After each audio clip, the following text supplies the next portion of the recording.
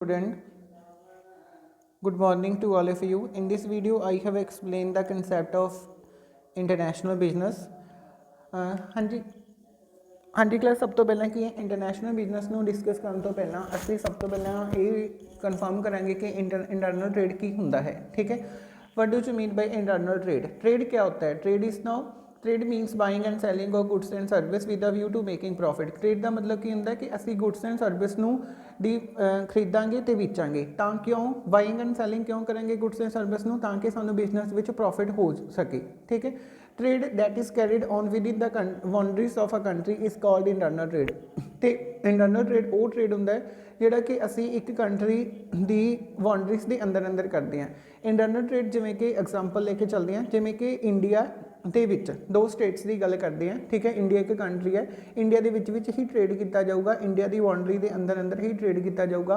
जिमें असी कहने कि पंजाब वालों कोई भी गुड्स नू सैल किया जाएगा, पंजाब गुड्स नू सैल करेगा फॉर एग्जाम्पल राजस्थान के नाल, तो राजस्थान इंडिया तो गुड्स नू बाय करेगा।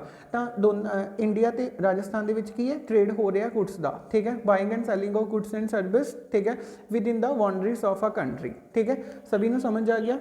इंटरनल ट्रेड की होंगे वो ट्रेड होंगे जोड़ा कि किसी भी कंट्री की बाउंड्रीज के अंदर अंदर ही किया जाता है। ठीक है, इस तो बाद अज वाला साडा टॉपिक है इंटरनेशनल बिजनेस।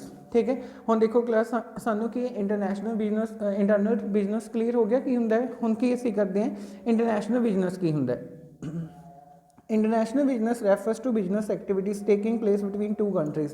इंटरनेशनल बिजनेस की नाम तो जिमें क्लीयर है कि इंटरनेशनल बिजनेस वो बिजनेस होंगे जोड़ा कि एक या एक तो ज़्यादा कंट्रीज़ के विचकार किया जाता है। जिमें फॉर एग्जाम्पल इंडिया चाइना नाल कोई भी ट्रेड करे, ठीक है, जां इंडिया पाकिस्तान नाल जां आस्ट्रेलिया नाल, दो या दो तो वध कंट्रीज़ नाल जदों कोई भी ट्रेड किया जाता है that is now international business. ठीक है, इस तो बाद आंदा nature of international business. Nature की है इंटरनेशनल बिजनेस का? First point is now involvement of to countries. हाँ जी क्लास, जिमें कि असीं डेफिनेशन तो क्लीयर किया कि इंटरनेशनल बिजनेस में दो या दो तो वध कंट्रीज़ होनियां चाहिए। मतलब कि इंटरनेशनल बिजनेस अगर दो या दो तो ज़्यादा कंट्रीज़ नहीं है तो उसमें असीं इंटरनेशनल बिजनेस नहीं कहांगे। इसनूं करन दे लई दो कंट्रियां मैक्सीमम तो होनियां ही चाहिए। ठीक है, सैकेंड पॉइंट है मैनी बेसिस। हाँ जी क्लास, इंटरनेशनल बिजनेस करने काफ़ी सारे कारण हो सकते हैं। हाँ जी देखो, जिमें फॉर एग्जाम्पल मैं इंडिया की ही गल करते हैं, इंडिया के की जिमें मान लो काफ़ी सारे नैचुरल रिसोर्सिस इंडिया को है नहीं। ठीक है, मतलब इंडिया ने जो भी अपनी गुड्स बनानी है उसके लिए उसके को नैचुरल रिसोर्सिस नहीं है जो उसने गुड्स नू बना के कंट्री के विच एक्सपोर्ट करना है। बट कि इंडिया की करूँगा, हुण उन्होंने एक लिमिटेशन है नैचुरल रिसोर्सिस की, लैक ऑफ नैचुरल रिसोर्सिस, तो वह की करेगा उसके लिए काफ़ी सारी गुड्स नू की है फॉरेन कंट्री तो या एक तो वध कंट्रीज़ तो वो गुड्स नू बाय करेगा। तो एक ही हो गया मैनी बेसिस, मतलब एक कंट्री को काफ़ी सारी रीजनस हो सकते हैं जिसके अकॉर्डिंग असी की दो या दो तो कंट्रीज़ के नाल ट्रेड करते हैं। ठीक है, इस तो बाद है लैंगुएज डिफरेंस। हाँ जी क्लास, इस कॉमनली क्लीयर है कि जो असी दो या दो तो ज़्यादा कंट्रीज़ के नाल ट्रेड करांगे तो आटोमैटिकली उन्होंने लैंगुएज डिफरेंस तो होएगा ही। जिमें कि फॉर एग्जाम्पल इंडिया की मेन लैंगुएज डिफरेंस की है, हिंदी हो सकती है, पंजाबी हो सकती है, Marathi, different types of language. But अगर असी किसी और कंट्री नाल ट्रेड करांगे तो उत्थों की उन्होंने लैंगुएज होगी। तो बेसिकली असी कह सकते हैं कि इंटरनेशनल बिजनेस मेन डिफरेंस की होंगे लैंगुएज का। इस तो बाद है कंपैरेटिवली मोर रिस्की। हाँ जी क्लास, ये तो नाम तो क्लीयर है, जिमें इंटरनेशनल बिजनेस की है मोर रिस्की है। असी की एक कंट्री नू दूसरी कंट्री ना मतलब कि कंट्री टू कंट्री ट्रेड किया जाता है आटोमैटिकली है वो बहुत ज़्यादा रिस्की होएगा।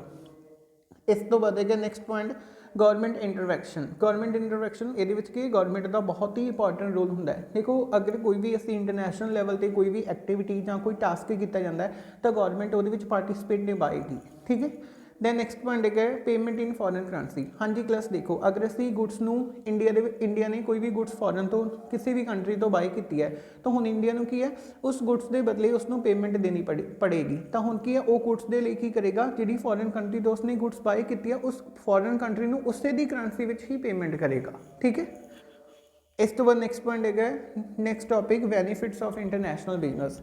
हाँ जी क्लास, हमने बेनीफिट्स करने हैं। बेनीफिट्स ऑफ इंटरनेशनल बिजनेस में असीं टू टाइप्स विच डिवाइड किया हुआ है। First is now benefits of international business to nation and second is now benefits of international business to firm. ठीक है, first is now benefits of international business to nation, वो first point है earning of foreign exchange. ठीक है, हाँ जी class, nation मीनस अगर एक country the nation. ठीक है, जिमें असीं कंट्री इंडिया की ही गल करते हैं। ठीक है, हुण देखो मान लो इंडिया किसी और कंट्री नाल ਟ੍ਰੇਡ ਕਰੀ ਜਾਂਦਾ ਹੈ। ਠੀਕ ਹੈ, ਇੰਡੀਆ ਨੇ ਕੋਈ ਵੀ ਗੁੱਡਸ ਨੂੰ ਸੈੱਲ ਕੀਤਾ ਕਿਸੇ ਔਰ ਕੰਟਰੀ ਦੇ ਵਿੱਚ, ਦੇਖੋ ਅਗਰ ਉਹ ਕਿਸੇ ਹੋਰ ਕੰਟਰੀ ਵਿੱਚ ਆਪਣੀ ਗੁੱਡਸ ਨੂੰ ਸੈੱਲ ਕਰ ਰਿਹਾ ਤਾਂ ਉਸਦੇ ਬਦਲੇ ਕੀ ਹੈ, ਉਸਨੂੰ ਦੂਸਰੀ ਕੰਟਰੀ ਤੋਂ ਪ੍ਰੋਫਿਟ ਹੋਏਗਾ। ਠੀਕ ਹੈ, ਤਾਂ ਉਹ ਕੀ ਆ, ਆਪਣੀ ਇੰਡੀਆ ਦੀ ਜਿਹੜੀ ਇੰਡੀਆ ਦੀ ਪੇਮੈਂਟ ਆ ਉਸ ਦੇ ਅਕੋਰਡਿੰਗ ਉਹ ਆਪਣੀ ਪੇਮੈਂਟ ਕਰੂਗਾ। ਠੀਕ ਹੈ, ਤਾਂ ਇੰਡੀਆ ਨੂੰ ਕੀ ਹੋਣਗੀਆਂ, ਜ਼ਿਆਦਾ ਪੇਮੈਂਟਸ ਆਊਗੀ, ਜ਼ਿਆਦਾ ਪ੍ਰੋਫਿਟ ਹੋਊਗਾ, ਤਾਂ ਉਸ ਨੂੰ ਫੋਰਨ ਅਰਨਿੰਗ ਰਿਸੀਵ ਹੋਣਗੇ ਹੀ ਹੋਣਗੀਆਂ। ਠੀਕ ਹੈ, ਨੈਕਸਟ ਪੁਆਇੰਟ ਹੈਗਾ ਮੋਰ ਐਫੀਸ਼ੀਐਂਟ ਯੂਜ਼ ਆਫ ਰਿਸੋਰਸਿਸ। ਠੀਕ ਹੈ, ਅਰਨਿੰਗ ਕਲਾਸ ਆਟੋਮੈਟਿਕਲੀ ਹੈ ਜਦੋਂ ਕੋਈ ਵੀ ਇੱਕ ਕੰਟਰੀ ਹੈ ਜੋ ਕਿ ਆਪਣੇ ਨੈਚੁਰਲ ਰਿਸੋਰਸਿਸ ਨੂੰ ਯੂਜ਼ ਕਰਕੇ ਨਿਊ ਗੁੱਡਸ ਐਂਡ ਸਰਵਿਸ ਨੂੰ ਇੰਪਲੀਮੈਂਟ ਕਰ ਰਿਹਾ ਤਾਂ ਕਿ ਉਹ ਫੋਰਨ ਦੇ ਵਿੱਚ ਜਾ ਕੇ ਫੋਰਨ ਦੇ ਵਿੱਚ ਉਸ ਗੁੱਡਸ ਨੂੰ ਸੈੱਲ ਕਰ ਸਕੇ। ਅਗਰ ਉਹ ਫੋਰਨ ਦੇ ਵਿੱਚ ਉਹਨਾਂ ਗੁੱਡਸ ਨੂੰ ਸੈੱਲ ਕਰੂਗਾ ਤਾਂ ਆਟੋਮੈਟਿਕਲੀ ਉਹਨਾਂ ਨੂੰ ਪ੍ਰੋਡਕਸ਼ਨ ਬਹੁਤ ਜ਼ਿਆਦਾ ਹੋਊਗੀ। ਠੀਕ ਹੈ, ਪ੍ਰੋਫਿਟ ਬਹੁਤ ਜ਼ਿਆਦਾ ਹੋਊਗਾ, ਤੇ ਇਸ ਲਈ